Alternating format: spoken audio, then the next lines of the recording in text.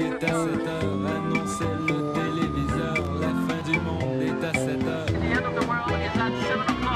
Avant d'aller voir les amis, il faudra leur téléphoner. Il y a un temps pour chaque chose, la vie, elle, ce n'est pas rose. La fin du monde est à 7 heures. Nous sommes 3 heures après la fin du Le ciel s'est enfin mis d'accord, éliminons de l'univers la race humaine par la mort. La parole est à Jupiter, envoyons donc un météore sur cette engeance que j'aborde, sauf sur Gertrude que j'adore. Ben, bonne fin du monde, mesdames et messieurs. Alors, tout d'abord, des nouvelles de moi. Alors, comme vous le savez, cette émission est en direct, ce qui fait que non seulement je ne peux pas souper avec mes enfants, de toute façon, ils me lèvent le cœur, mais le pire, c'est que je ne peux plus regarder Virgile. Mais qu'est-ce qui arrive avec Virgile? Virgile a-t-il recommencé l'école? Virgile a fait-il toujours ses abdominaux? Parvient-elle à conserver sa régularité? Autant de questions qui me laissent vulnérable et fragile. Alors, si tu m'écoutes, Fabienne Larouche, ô toi, la Marguerite Duras du roman Savon, faxe-moi tes textes de Virgile. Je suis en manque. Ça fait 2 ans que je n'attends que ça. Ce soir, ma Virgine se marie et personne au monde me fera manquer ça. Alors, s'il vous plaît, ça commence. Vous y allez. Ah, elle a-tu une belle robe? Virgin, Pizza Face. Ah, c'est Si bizarre. nous sommes réunis ici aujourd'hui, c'est pour vous unir les liens du mariage. Y a-t-il que quelqu'un qui a quelque chose à dire de contre? Oui, Monsieur Blanchard? Ben, une fois, c'est le gars, comprends-tu? Il était un petit peu pacté. Il rentre d'un bord, puis il sort de l'autre. Un deuxième shot à minuit. Ah, il est tout drôle. Ah, c'est une annonce. Ceux qui veulent jouer à la manège, pour avoir la fun dans l'Ontario, de faire lécher ton face par le gros pareil. Oui, tout le monde aime Marilyn. Ça recommence. Pour rien, ça recommence. Virgin, Pizza Face, avez-vous quelque chose à dire? Oui, Virgin? Je veux te dire, Pizza Face, que je jure que les enfants de la Terre... Non, Virgin. Et vous, Pizza Face? Good. Monsieur Blanchard? Une fois, c'est un catholique, un juif, un protestant, comprends-tu? C'est beau, Monsieur Blanchard. Virgin, voulez-vous prendre comme pour époux Pizza Face, ici présent? Oui, je le veux. Pizza Face, voulez-vous prendre comme pour épouse Virgin, ici présente? OK. Embrassez-vous.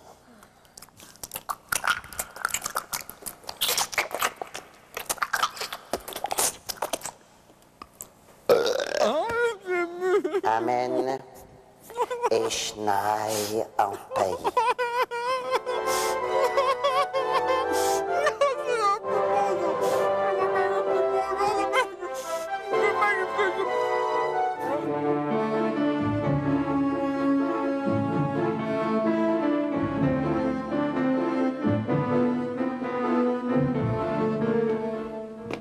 Rien n'est plus difficile que de réussir une bonne entrevue télévisée.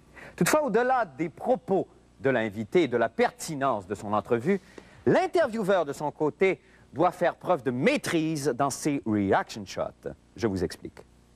La plupart des entrevues télévisées sont filmées à une seule caméra.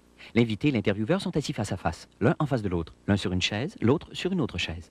On tournera d'abord les réponses de l'invité, puis l'intervieweur devra plus tard mimer ses questions et ses reaction shots. Si l'intervieweur a bien fait son travail, le public n'y verra que du feu. Mais voyons comment de mauvaises reaction shots peuvent ruiner la meilleure des entrevues. OK, ça roule. Bonjour Jean-Marie Lapointe, merci beaucoup d'être là. Bienvenue à la fin du monde. Alors Jean-Marie, tu m'avais posé la question quand j'étais allé au Fils à Papa, je me permets de te reposer la même question à mon tour. Est-ce que le fait d'être le fils de te dérange encore? Non, au contraire, il y a une grande fierté. Puis, je pense qu'elle est réciproque aussi. Mon père en est fier de ce que je suis en train de faire. Puis, je te dirais qu'il y a aussi la comparaison qui est un peu boiteuse. Parce que mon père, lui, a connu le métier des boîtes de chansons, les boîtes à chansons, les cabarets, chose que moi, j'ai jamais connue. Donc, ça peut arrêter là, ça peut s'arrêter là. Je me permets de te reposer la même question à mon tour. Est-ce que le fait d'être le fils de te dérange encore?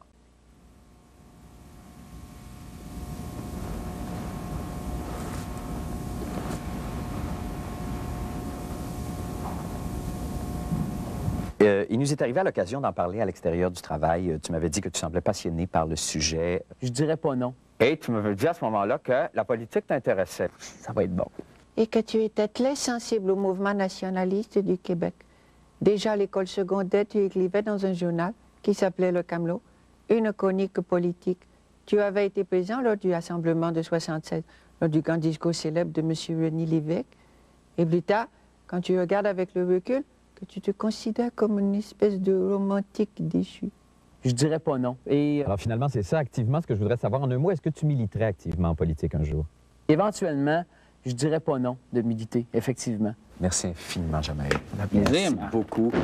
La fin du monde en bref. Le Conseil de radio-télédiffusion canadienne a autorisé l'entrée en ondes d'une nouvelle chaîne de télévision spécialisée qui s'adressera essentiellement aux Autochtones.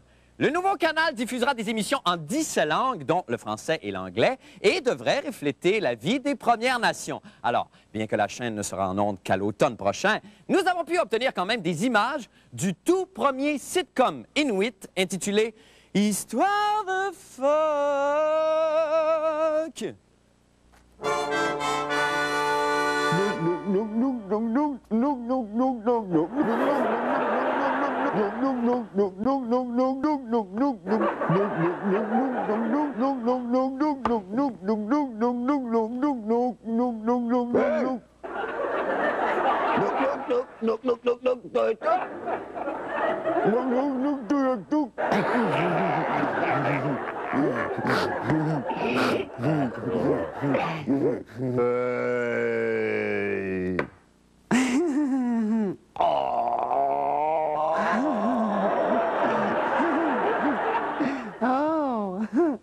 Tuk tuk tuk, nuk nuk nuk tuk tuk tuk.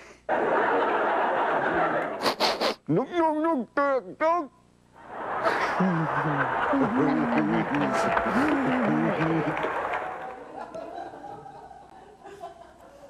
Ça a l'air bon. Ça a l'air bon. Selon une étude faite par 2 chercheurs de l'Université Laval, la violence est plus présente que jamais à la télé. Et devinez quoi? Pour une fois, TQS est bon premier dans le sondage. Tu sais, c'est vrai, TQS, vous êtes les champions incontestés. Vous êtes d'ailleurs, je dirais, en tête du palmarès depuis 1993. Les chercheurs de Québec se sont intéressés à 2 types de violences à la télé. La première, la violence physique, qui se subdivise en violence de blessure, Aïe aïe, boubou. violence de meurtre, violence d'enlèvement, violence de viol,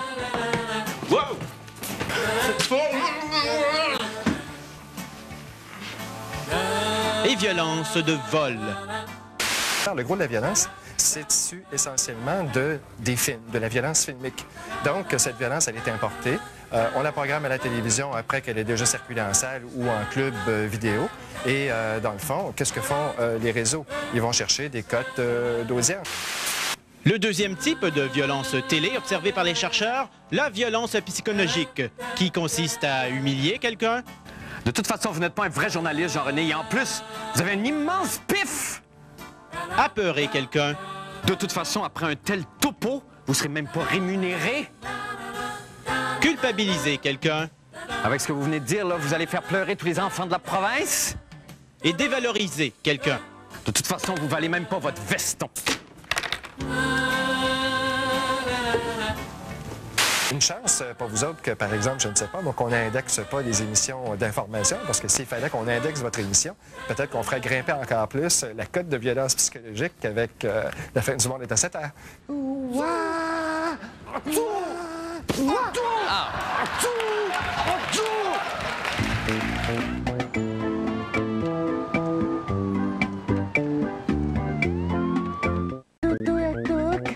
Eh bien, les comédiens de l'Union des artistes sont en colère. Encore ce matin même, Mme Huguette Ligny a pété une de ses fuses. Elle a fait un cocktail Molotov avec son flacon de oil roulé. 3 morts. Mais pas une ride.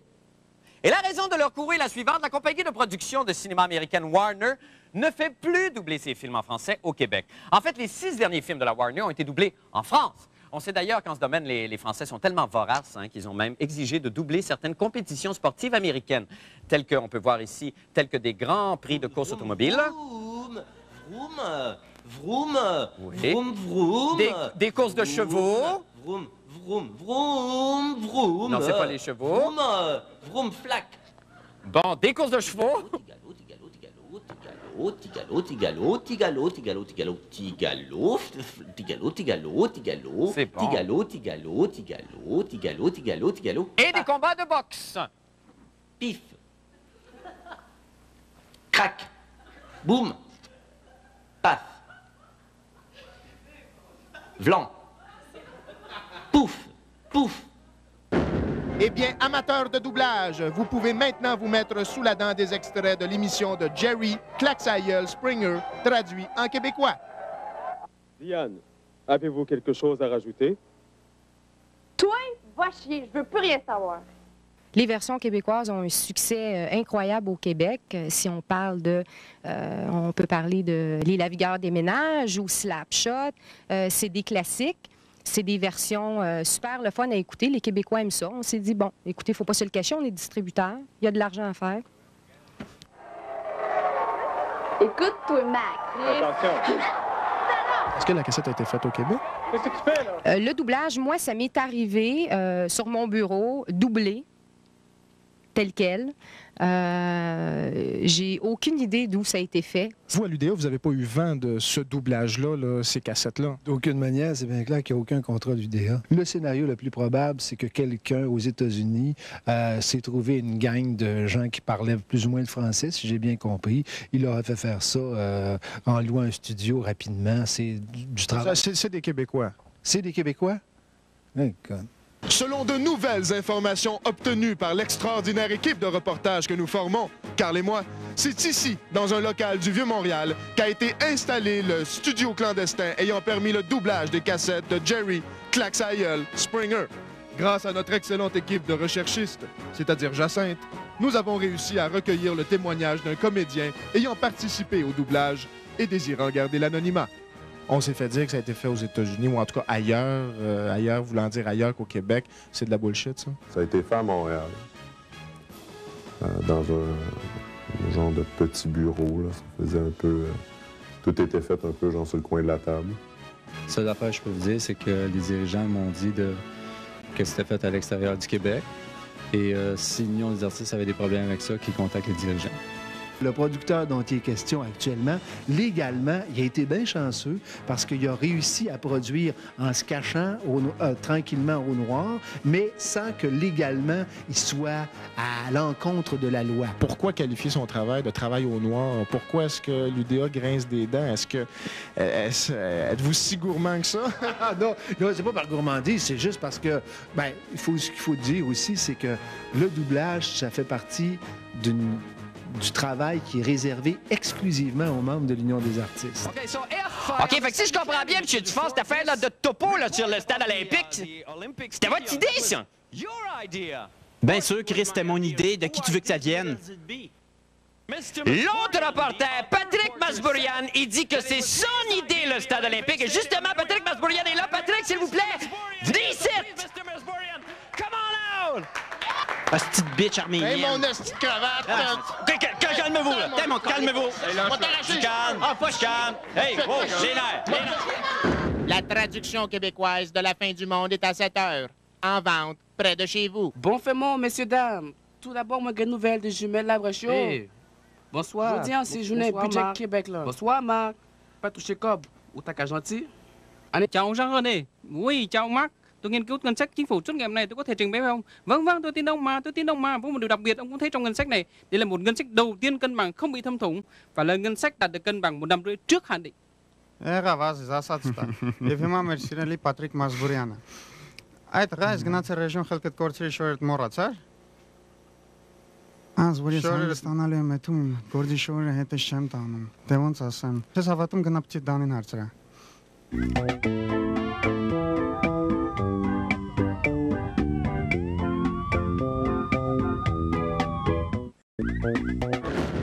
J'ai mal à ma télévision.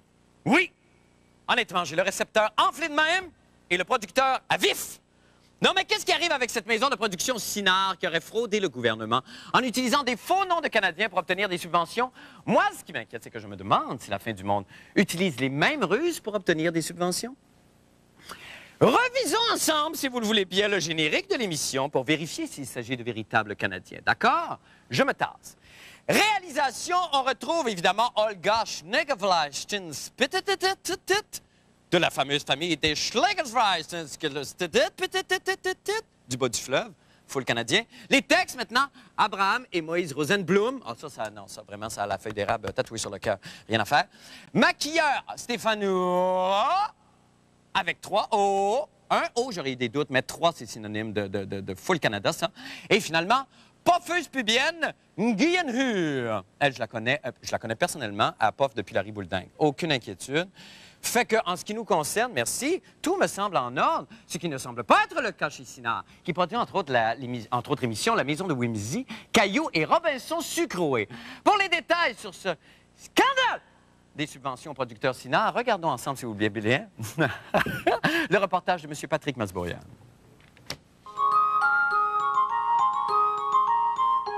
Bonjour, c'est moi, Fourifouron. Est-ce que tu aimes chanter? Alors chante avec moi une nouvelle aventure de Fourifouron.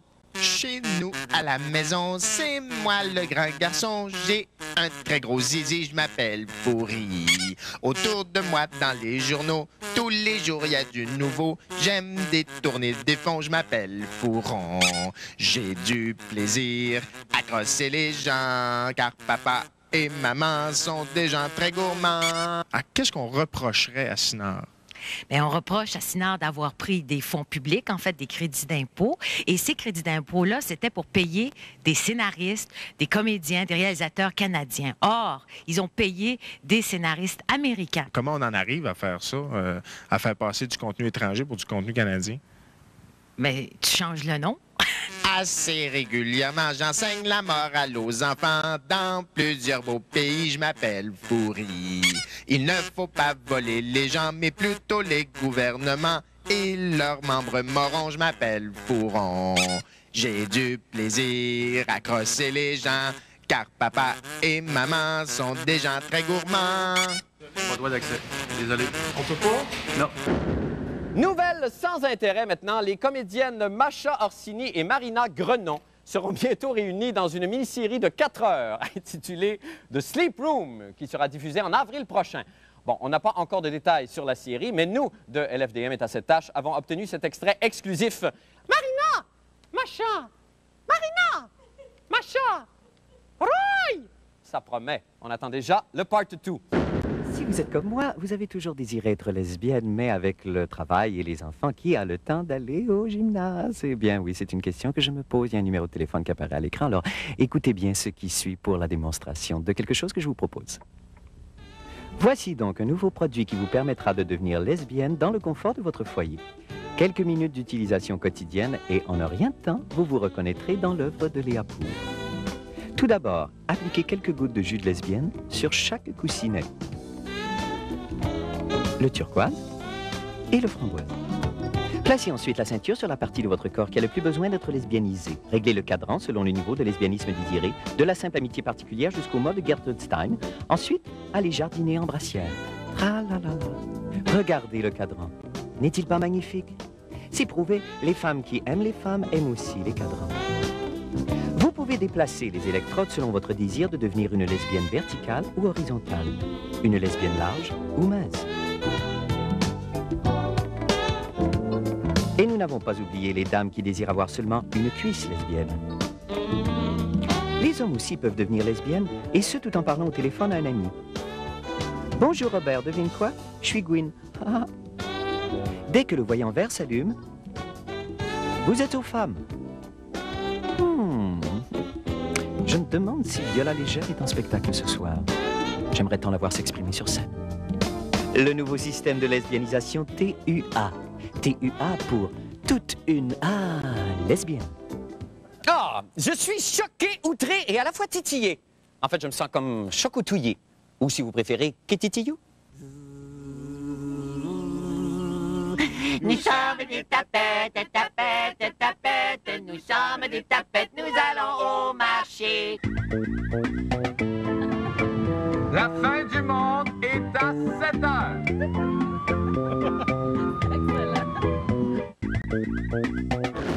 C'était l'avant-première hier de The Phantom Menace, le tout premier épisode de la saga Star Wars de M. George Lucas.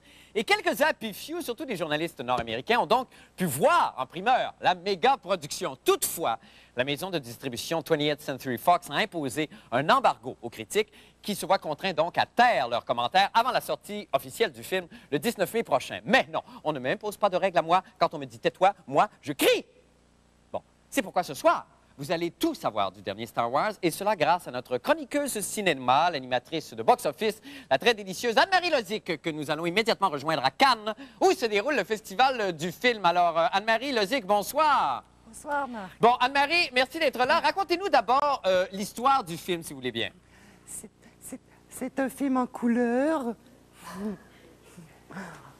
Oui, mais encore Anne-Marie?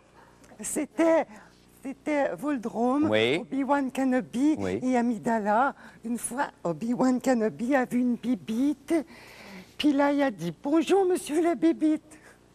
D'accord. Il y a, à ce qui paraît, il y aurait beaucoup d'effets spéciaux dans le film, Anne-Marie. Ah oui, la bibite, elle avait des grosses tétines. Des grosses tétines. D'accord. Moi, j'ai juste des petites tétines. Oui, des oui. petites tétines. Il doit y avoir quand même beaucoup de scènes de poursuites très spectaculaires, d'après ce qu'on a pu voir. Oui, une fois, Obi Kenobi, il court comme ça. Il court comme ça? Il court. Bon. Il court par là. Puis là, il court. Est-ce qu'on a le... Ah, oui. Bon, écoutez, Anne-Marie, il nous resterait peu de temps. En 2 mots, avez-vous aimé le film? Il y a quelqu'un qui m'a dit que oui. Ah, ben merci infiniment, Anne-Marie Lozic, c'est tout le temps qu'on a.